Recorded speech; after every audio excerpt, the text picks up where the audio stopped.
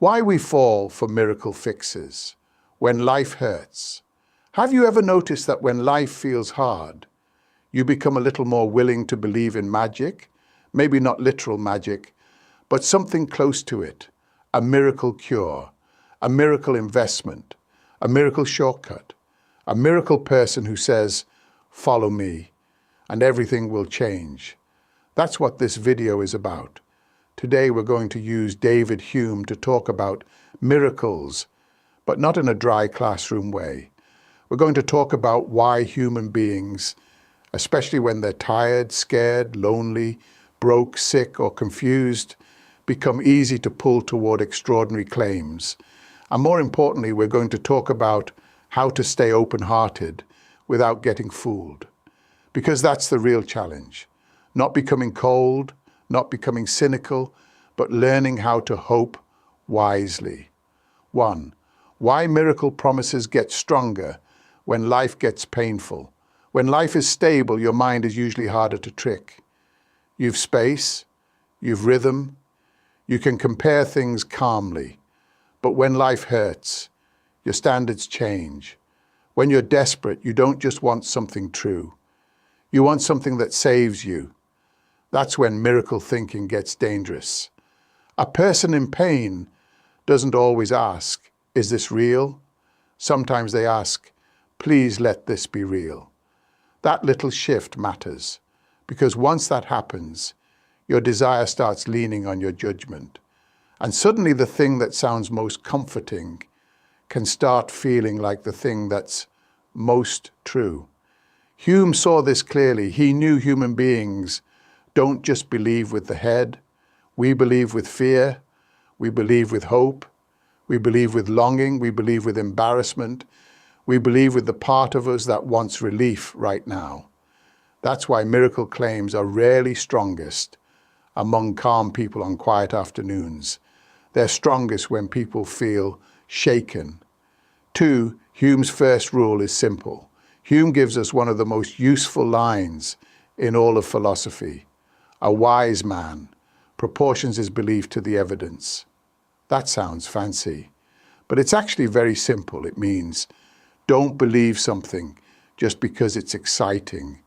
Don't believe something just because it's scary. Don't believe something just because lots of people are repeating it. And don't believe something just because part of you badly wants it to be true. Instead, ask, what's the evidence? How strong is it? How good is the source? Is this ordinary and well supported, or wild and weakly supported? That's Hume's rule. And honestly, it could save people a lot of pain today, because we now live in a world where extraordinary claims travel faster than ever. You no longer need a village rumor. You just need one viral post. 3. What counts as a miracle in modern life? Most of us are not being asked to believe that someone rose from the dead, but we're asked to believe miracle-style stories all the time.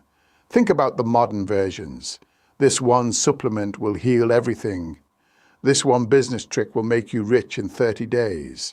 This one AI tool means no one will ever need your skills again. This one guru sees the future. This one system will remove all uncertainty from your life. Do you see the pattern? The promise is not just help. The promise is total rescue. That's what makes it feel miraculous. It says, your pain can disappear fast. Your confusion can vanish instantly. The hard part of life can be skipped.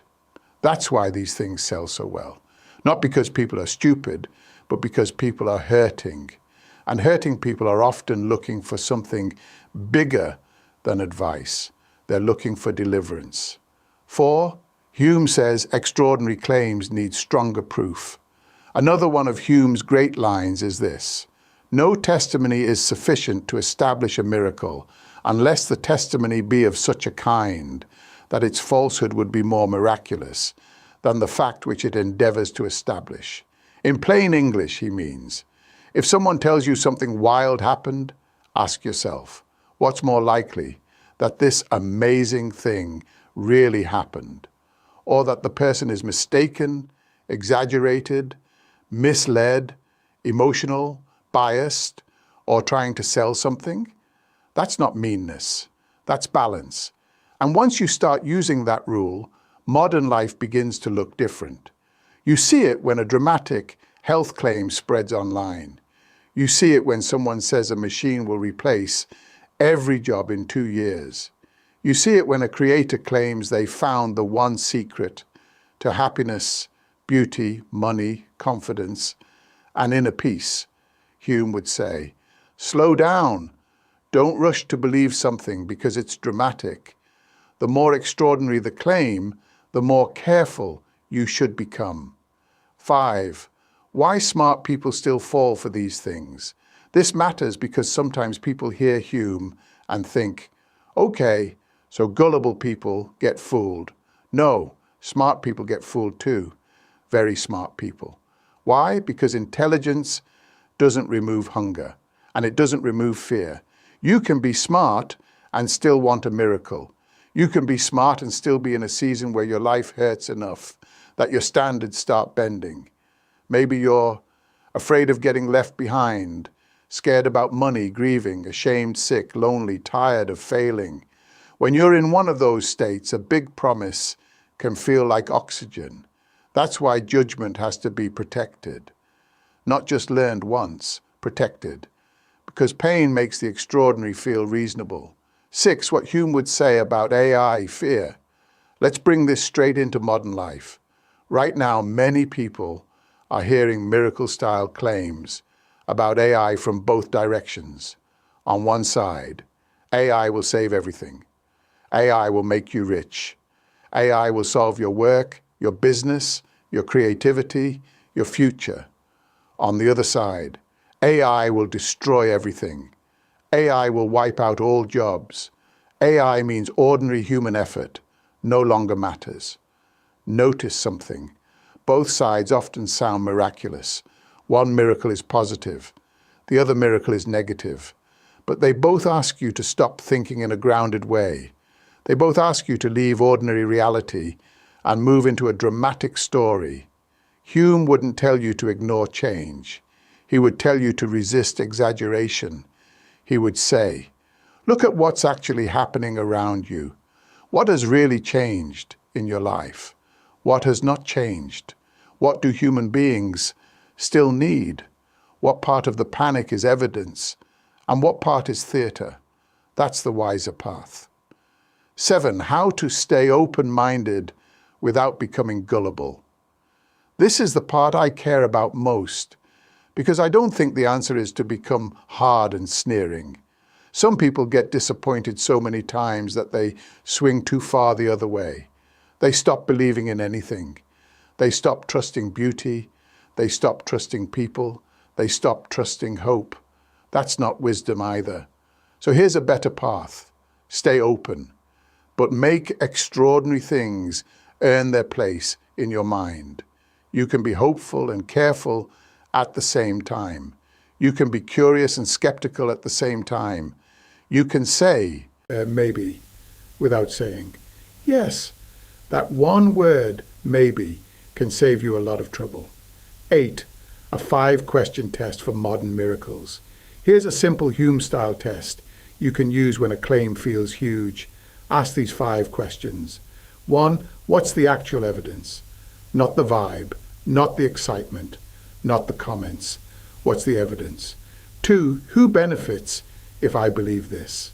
Is someone selling? Is someone gaining power, attention, money, status, or emotional control? 3, is this claim trying to rescue me from ordinary hard work? Be careful with anything that promises total change without patience, effort, or reality. 4, is this claim stronger than the proof behind it? If the language is huge but the evidence is thin, step back. 5, if this turns out to be false, what will it cost me? Money, time, health, trust, peace of mind? Sometimes that question alone clears the fog.